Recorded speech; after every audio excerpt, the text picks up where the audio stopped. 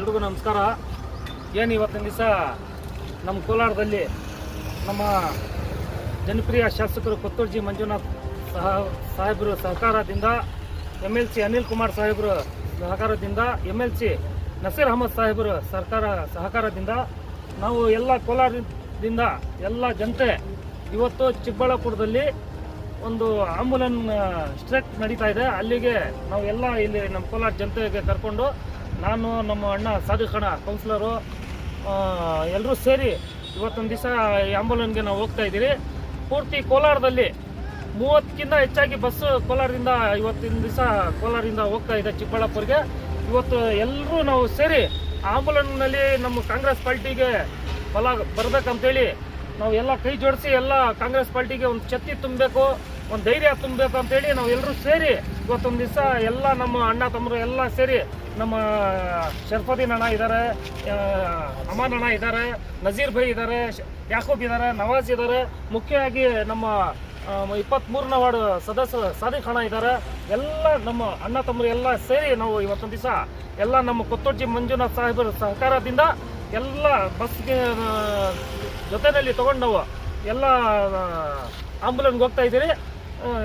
ಕಾಂಗ್ರೆಸ್ ಪಾರ್ಟಿಗೆ ಮುಂದಿನ ದಿವಸದಲ್ಲಿ ಏನು ನಮ್ಮ ಕಾಂಗ್ರೆಸ್ ಪಾರ್ಟಿ ಪರೇಡ್ನಲ್ಲಿ ಏನು ಇದು ಶಾಂಕ್ಷನ್ ಮಾಡಿದ್ರು ಅದೆಲ್ಲ BJP ಸರ್ಕಾರ ಬಂದು ಅದ್ರಿಗೆ ರಿಜೆಕ್ಟ್ ಮಾಡಿ ಅವರು ಆ ಸ್ಕೀಮ್ ಡಿಲೀಟ್ ಮಾಡ್ತಾ ಇದ್ದಾರೆ. ಅದ್ರಿಗೆ ಎಲ್ಲ ಕಾಂಗ್ರೆಸ್ ಪಾರ್ಟಿಗೆ ಶಕ್ತಿ ತುಂಬಬೇಕಂತೇಳಿ ಇವತ್ತೊಂದು ದಿವಸ ಎಲ್ಲರೂ ಸೇರಿ ಇವತ್ತೊಂದು ದಿವಸ ಚಿಕ್ಕಬಳ್ಳಾಪುರಕ್ಕೆ ಹೋಗ್ತಾ ಇದ್ದೀವಿ.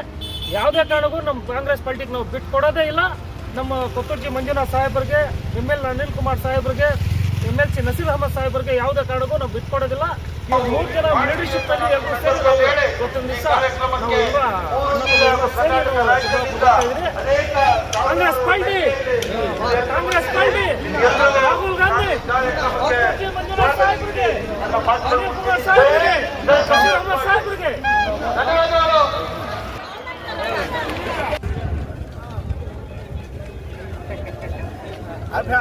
ಅಲ್ಲಿ ಸಾಮನೆ ಕವರ್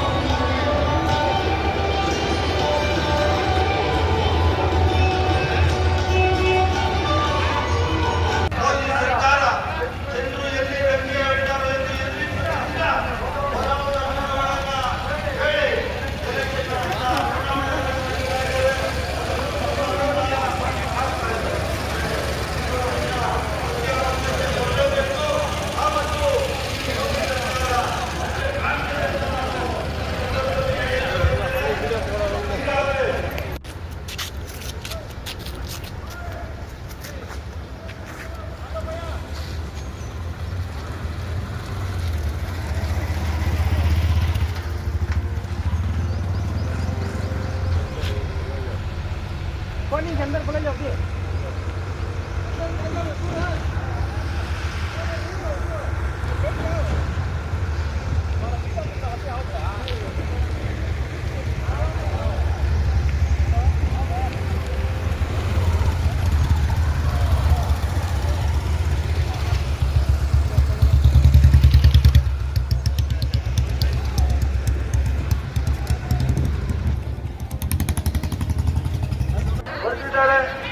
ಮನ್ರೇಗಾ ಯೋಜನೆಯನ್ನು ರದ್ದು ಮಾಡಿ ಬಿಬಿ ಗ್ರಾಮಜಿ ಯೋಜನೆಯನ್ನು ಜಾರಿ ಮಾಡಿದರೆ ನಿರುದ್ಯೋಗದ ಪ್ರಮಾಣ ಹೆಚ್ಚಳ ಆಗ್ತದೆ, ಉದ್ಯೋಗ ಮಹಿಳೆಯರ ಪಾಲುದಾರಿಕೆ ಇಳಿಯುತ್ತದೆ, ದಲಿತ ಮತ್ತು ಆದಿವಾಸಿ ಕುಟುಂಬಗಳ ಆರ್ಥಿಕ ಒತ್ತಡ ಸೃಷ್ಟಿಯಾಗ್ತದೆ.